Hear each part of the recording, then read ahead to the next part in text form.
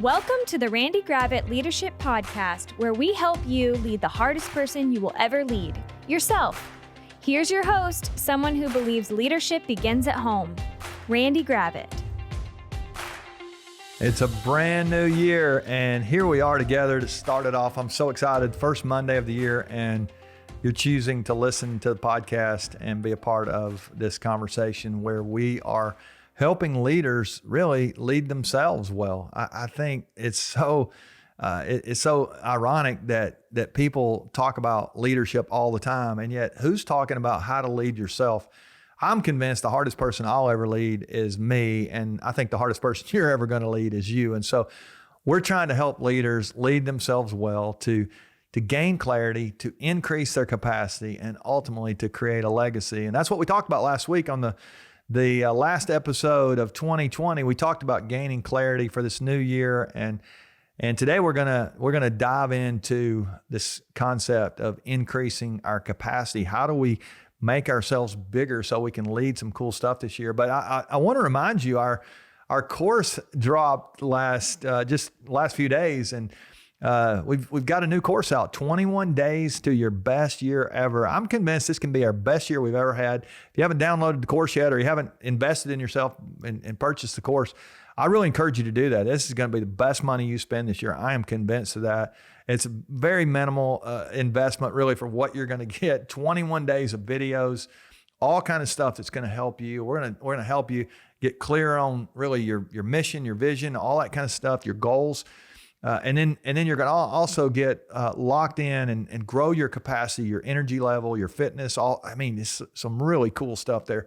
And then ultimately, we're gonna help you identify some of those things that matter most in your leadership that is going to lead to a legacy down the road. So this course is fantastic. We created it because I was talking to my team. I was like, I always wanted to take this course, and we couldn't find it anywhere. So we just said, let's just create this. And we got people everywhere going through this thing right now. So I would encourage you, if you've not invested in yourself, the first person you need to invest in this year is you, because I know you're going to invest in other people. That's your heart. You wouldn't be a leader if you didn't want to help others, but you're going to help others a lot more if you'll help yourself first and really lock in on your own growth and development. We got a personal leadership blueprint to walk you through and give you a framework to take you from where you are to where you really could be this year. There's greatness in you. Let's unleash it together. Join me for those 21 days, and let's make this the best year we've ever had. So that's enough of that. Let's jump in today and talk a little bit about capacity this year. Like, what are you planning on doing this year that is bigger than you currently are? You say, what are you talking about? Well, I want you to think a little bit about your business, your team, your company, whatever it is you're doing. And if you're thinking about trying to grow it over where you were last year, and for some of you that might not be very hard, and for some of you that might be really challenging, you may have had an incredible year this last year. But I want you to think about growing that. And let's just say you wanted to grow your business by 10% or even 20%. That would be pretty incredible if you could do that. But I want to remind you that unless you grow yourself by 10% or 20%, your company, your team, your whatever it is you're doing, it's not going to grow, because what it is you're leading cannot outgrow your leadership. Stuff always parallels the growth of the leader. When leaders grow, they grow stuff. And when they don't grow, stuff plateaus. I've seen stuff before. It begins to plateau. So when leaders quit growing, things begin to plateau. And so in your life right now, do you have the capacity you need to grow what it is you're trying to grow? My friend Mark Miller, who we do a lot of writing together and develop content and some fun stuff, he's a great thought leader, and he always reminds me, your capacity to grow determines your capacity to lead. I love that statement. And so what would we do to grow our capacity to make ourselves bigger this year so we can have a really great year personally, but we could also position ourselves to have tremendous influence and impact on the people that we will lead this year, both at work and at home. And so let's kind of start there at home, and let's think about some of the things that happen before you go to work. You may work from home, I don't know, but before you go into the office or into your office or wherever it is you work from, there's always a first hour of your day. And one of the things I think that we can do to position ourselves to really increase our capacity is to win the first hour of the day. Now, I don't hear very many people talking about this, but I would say if I look back on my career and my life and my leadership, one of the things that has helped me most or even hurt me most at times has been how I have viewed the first hour of the day. When I win the first hour of the day, tremendous growth takes place. And when I don't pay attention to the first hour of the day and I just kind of go through the motions the first hour of the day, it's not so good. I read a statistic recently that people who have an organized, prioritized first hour of their day on average make $12,500 a year more than people who just kind of haphazard into the first hour a day. So I don't know about you, but man, that's pretty cool. If you think about just your organized approach to your first hour of the day, it actually is going to help your income as well. So this is a really smart choice.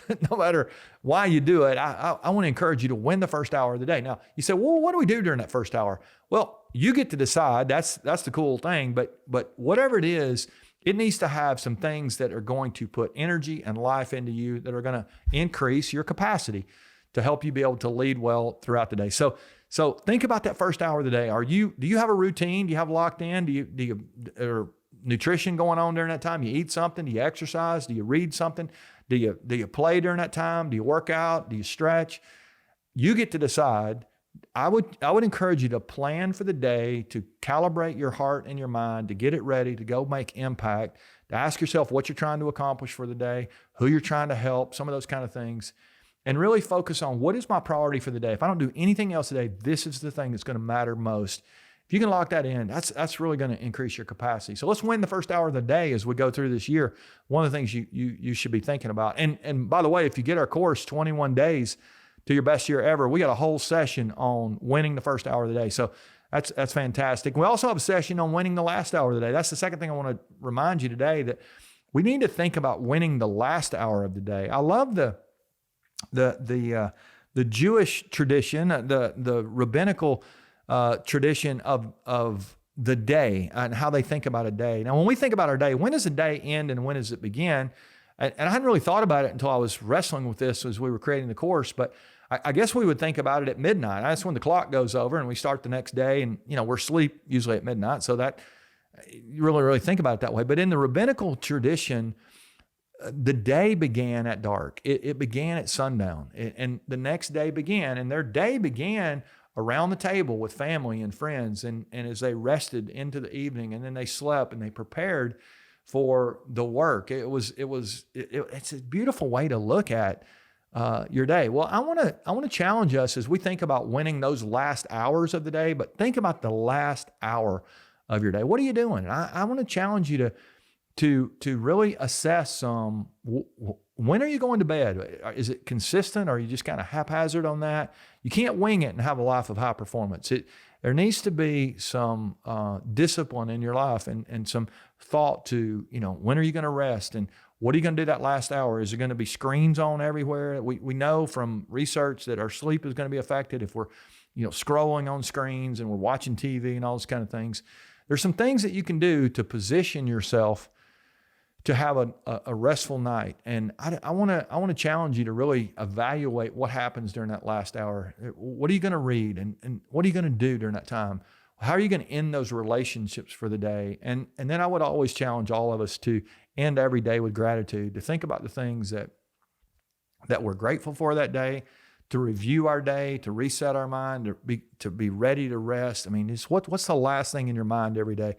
And I think one of the things that will help you sleep well is if you put a prayer of gratefulness in your mind and heart, and you think about the things that you're grateful for at the end of the day.